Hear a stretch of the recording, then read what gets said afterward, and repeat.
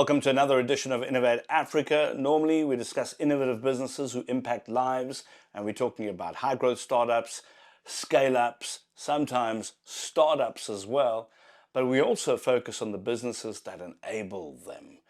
Today we discuss Visa. Now we know that Visa is a payments company, a global payments company, and today you're joined by Megan Rabe, James Ashton Smith. You're running an accelerator in South Africa. But first things first, let's talk a bit about Visa and the work you do and the impact that you're hoping to achieve. So I think for us at Visa, it's super important to support the financial ecosystem, and where better than here on the continent of Africa. There's so much exciting change that's happening. There's so much innovation that's being built from the grassroots up, and we're super excited to be supporting that essentially. So the Visa Accelerator program really helps us deliver that in a structured manner, providing mentorship, access to training, support, really kind of fostering that growth and supporting that for these really innovative startups on the continent. And yeah, from my side, so we are a team that serve fintechs every day across the continent. And I can tell you it's hard. It's hard for the fintechs, it's hard for the regulators, it's hard for the landscape. So what we realized is that often it takes a fintech, say, 12 to 18 months to even launch while they've got this idea. And we thought long and hard about where can we put the band behind the buck in terms of making sure that we move the ecosystem forward.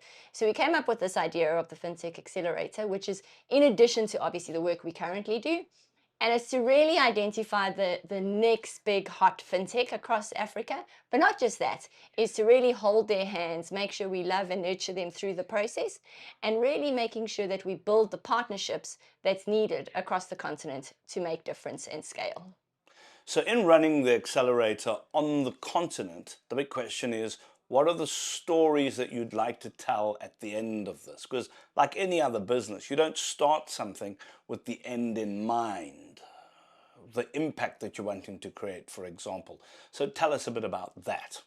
Great, shall I go ahead? Go for it. So we've got a number of success stories. One is actually a small fintech from South Africa called OnLife. And OnLife is Sia Matani's business, really well known in the South African economy, and is looking to change the gig economy and the creator economy. And the reason why I bring that specific story is this is someone that lives and breathes this. We can sit in our shiny Visa offices and think we know what's happening on the streets, but in reality, we need to get closer to that. So we're looking at founders that are close to the reality, really trying to solve real world problems, and are looking for a digital technology partner to help them leapfrog. And OnLife is a good story in that regard. We've also got another fintech called Thrive Agric. It comes out of West Africa. And what they do is they've got the most incredible technology that supports farmers. And what they do is geolocate the piece of land, they do testing, they soil it, and then they make sure that they put lending programs behind this. So these are coming from, one example is the gig economy and how does that story get told?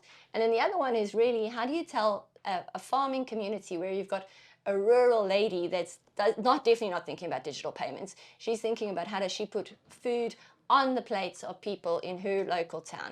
And that's really the type of nuggets that we're getting out of this program. I think for me, if I look at the accelerator program as a whole, there's probably three kind of key themes that really excite us at Visa and at what we're doing here. So one of them, I'd say, so funding-wise, we know is a challenge globally, generally. There have been some decreases in kind of access to funding, and fintechs are finding it difficult to get to that. But whilst it's still one of the most popular, I suppose, sectors in Africa, I think $6 billion plus around dollars of funding in the fintech segment since 2020, we see that there's so much opportunity here, and it's not surprising to see fintechs that have bootstrapped and to a profitable level or kind of generating significant ARR, and we can help shine a light on these fintechs through a program like the Visa Accelerator. And that's what we really like to do, is to kind of put them on that stage, help them gain connections, introduce them to the ecosystem, and really kind of bring them to the fore. And the continent of Africa, there's so much innovation here, which is super exciting.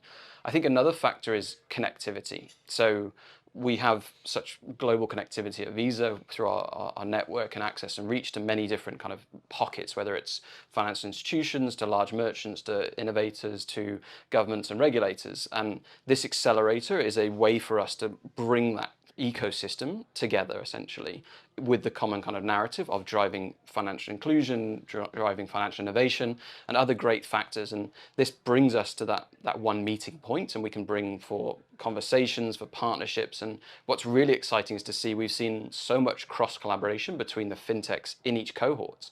They're supporting each other to launch new products, they're supporting each other to launch in new markets, they're even utilizing kind of sub-licensing, if you like, when they're going to new markets to really help each other foster and grow. So I think that's super exciting as well.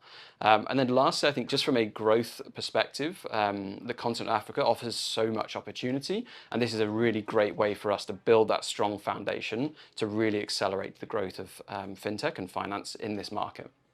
So when we discuss accelerators, I get a little nervous because a lot of accelerators grab money and they do this cookie cutter, oh, let's train you to do this, that, and the other thing, same as everybody else, but there's no throughput. There's no access to market, no real access to funding. How do you differentiate yourself from that story?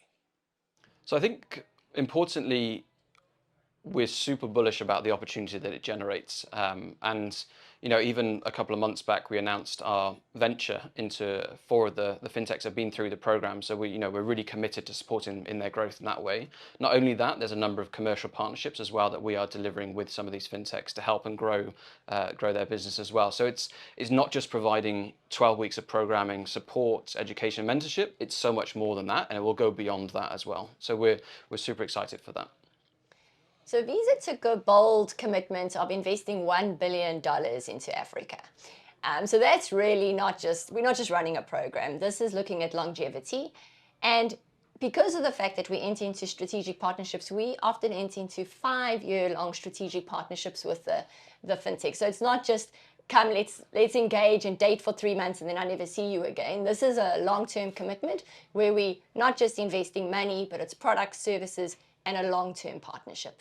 Visa is a massive company, and for smaller businesses to get work done with bigger companies is a right royal pain in the you-know-what.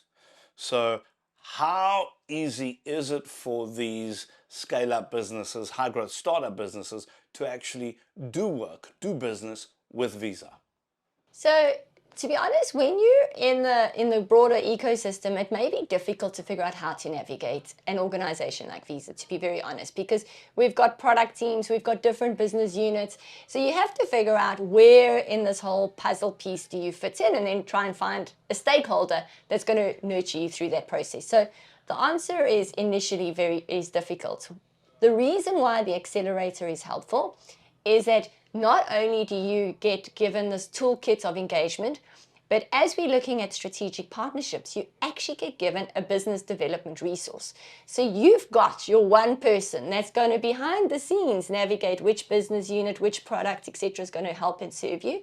So that's Megan is your person at Visa, and you've got this problem or a solution, and she will go out and solve it. I think to add on to that, so when we were building the accelerator program, we wanted to make sure we could demystify working with financial schemes and Visa. And the way we've done that is within the 12-week programming, we have set courses delivered by Visa team members who will give you things such as introductions to issuing a card or introductions to acceptance. So that helps give our cohorts that very good, strong foundation of the kind of network we're in and the kind of products and services they're in. And then as Megan said, it's about building those connections with as many people as possible within the program. So the accelerator is a great way for us to demystify working with payment networks to maximize their opportunity. What role does the accelerator play when it comes to Visa as a business and this strategic alignment of the Visa brand? So we're constantly looking at how do we grow and penetrate the markets to make sure that the payments ecosystem and digital payments is expanded at a rapid rate. of course, the impact, we've done research to say when you do digital payments, the whole economy, the ecosystem, and the environment improves. So if you look at this globally, Africa is really the opportunity for growth because here we've got the cash. And we're looking to displace cash across the continent. Of course, Europe, America, cash displacement has largely taken place. And so if we're looking for the opportunity globally of where can Visa grow and make a huge impact, it's number one in Africa. And in addition to that, our financial institutions have been operating in Africa for many years. But we honestly believe that the future for the next big milestone step is going to be the fintechs in Africa. So this is critically important for us to move that needle. Now, a lot of the businesses that you do support rely on critical skills, whether coding or other. And we do know that on the African continent, there is a huge challenge with future skills and future skills readiness. So what is Visa doing to make sure that you have this pipeline of skills on the ready so that these businesses that you support maintain their viability, sustainability, and future growth? So these skills are critical, it's close to all of our hearts and what we do on a daily basis. So in that regard, what we've done is we've actually partnered with large MNOs across the continent that have access to over 500 million consumers, as well as fintechs. And we've packaged learning material that scales from how do you do maths in high school all the way through to running a business? How do you look at surviving and navigating in times of turmoil? So we've packaged this level of learning material, and these packages are actually dispersed through our fintechs. So they could put them into their app and they can then develop and grow and nurture the whole ecosystem. So learning and development is absolutely critical, and we look to partner to get that out on the streets. Now, female leadership and diversity is something that the show feels very strongly about. What is Visa doing to ensure that that diversity comes through? What are the opportunities and what are some of the biggest challenges? So I think, first of all, it's super exciting for us to have such a large percentage of our cohorts being female-led or females in significant management roles within the C-suite as well. I mean, even if we look at cohort 3 now, which just launched a couple of weeks ago in Abidjan, we're up to around 85% of the cohort having a female within a leadership position. And I think that's fantastic, and we need to continue to support that and do more around growing that. We also are conscious of that when looking at the cohorts who are in there. So even if we took our cohort 2, for example, Lupia, who's in the cohort, who hopefully you'll probably speak to as well, one of their key focus areas is enabling female entrepreneurs from the Tanzanian market. So it's such an important factor, and we continue to kind of support and nurture that how we can through the accelerator. I think the trend is very interesting. Say about 5 years ago, we used to have targets to say we need to find female-run fintechs, and we used to go hunting for them. It was tough to try and find that. Where 5 years later, you don't actually have to hunt. It's just coming through the channels, which is really, really great. And it shows that a lot of the work and the groundwork that's pushing fintechs through and female-led businesses through the ecosystem is coming to fruition. So a really positive outlook if you look to where we were to where we are today.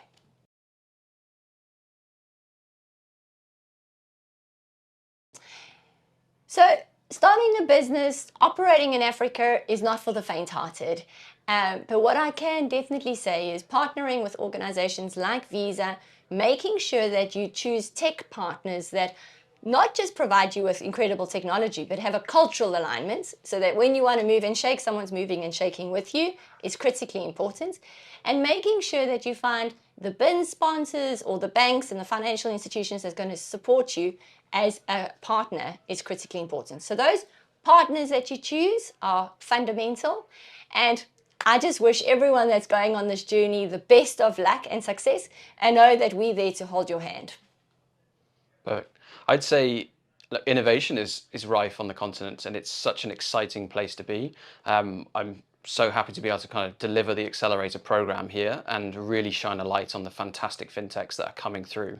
It's a great opportunity to support the community, and what I really want to see the continuation of, and even more ideas to expand through, is bringing in more ecosystem partners to make this solid foundation flourish even further. So if you're a budding fintech, please do reach out. Love for you to be part of the next future cohorts. Or if you're prospective partners, again, reach out. We'd love to see how we can support and build out this fantastic ecosystem further. Thank you very much for sharing the Visa story, talking about the accelerator. And there's a very good example of how a massive corporate works alongside some of the most innovative businesses on this continent called Africa to impact lives.